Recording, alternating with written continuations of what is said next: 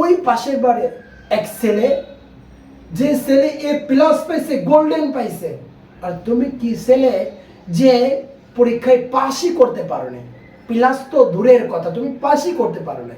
তোমাকে আমি কি না দিছি? সব কিছু দিছি। বলো কি দেয়নি? ভালো টিচার দিছি, ভালো স্কুল দিছি, টাকা পয়সা সব কিছু পারফেক্ট দিছি, কিন্তু তুমি কেন পাস করতে পারো না? তাকে উপমা বা উদাহরণ বোঝায় বাবা মা।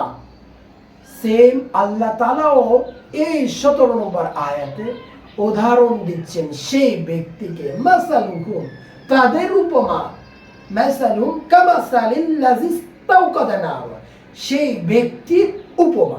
কোন ব্যক্তি?